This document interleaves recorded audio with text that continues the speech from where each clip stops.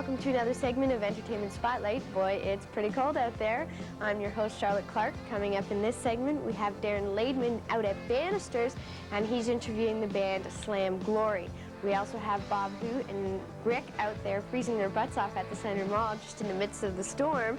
And they're doing the movie Prince of Tides, and they'll be giving you a review on that. Well, actually, Bob will be giving you the review. And apparently, it's a mixed type of review, so stay tuned for that. We also have Don Phillips here in the studio, and he's doing a studio report on theater arts. And coming up right now, we have Darrin Laidman out at Bannisters.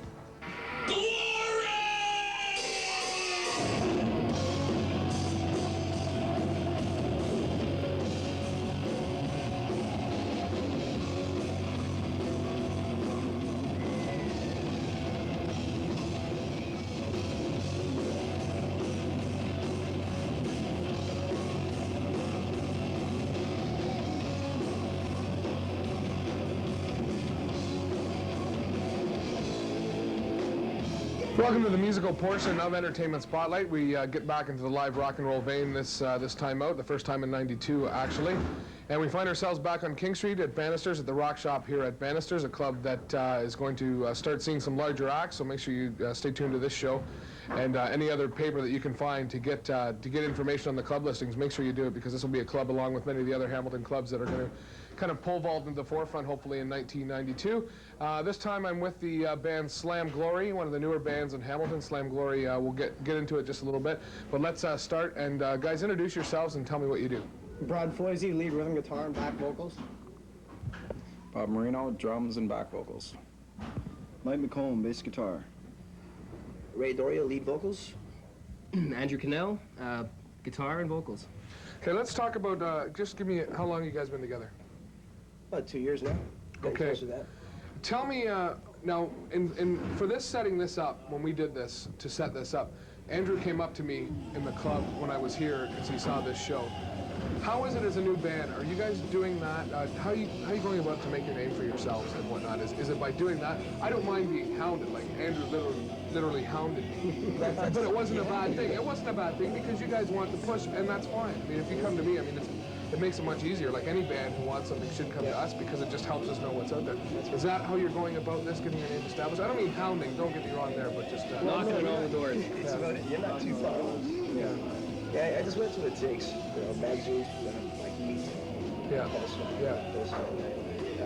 wherever we can get our name out to. Cable 14. Flyers, Cable 14. Yeah. MC Magazine. MC Magazine, yeah, there's lots of good mags out there that are helping up-and-coming original-minded acts, groups that are concentrating solely on their own material. Yeah. That's one thing that the emphasis is being put on this band.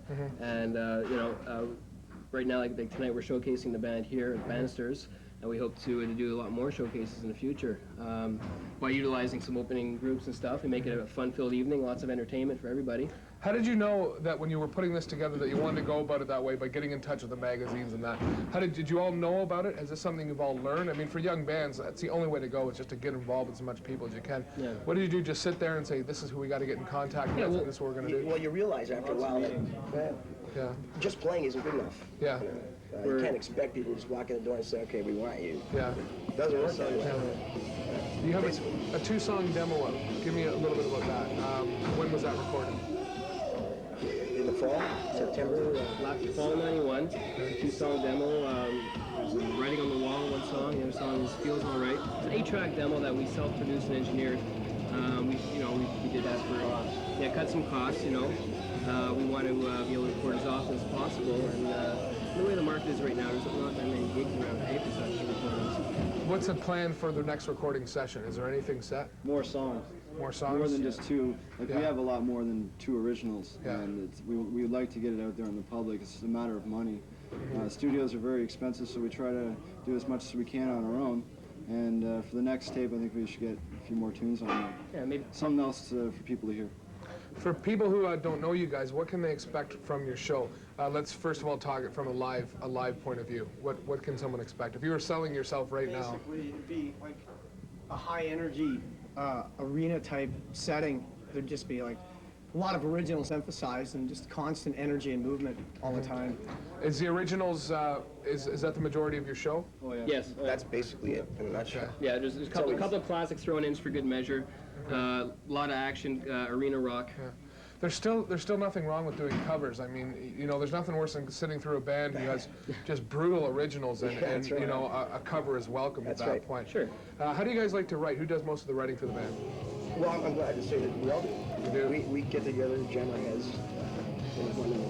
A team-spirited collaboration. Yeah.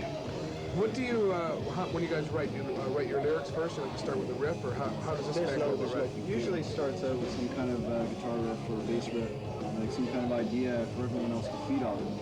And we go from there. Once we have some kind of idea, we get working some vocals on top of that, and just build the song and everyone's ideas and get in there. Excellent. The band is Slam Glory, one of the newer Hamilton bands out, kind of in your face, kind of rock and roll. And I haven't seen them yet. The first time will be tonight, like most of you who will see at least partially of these people.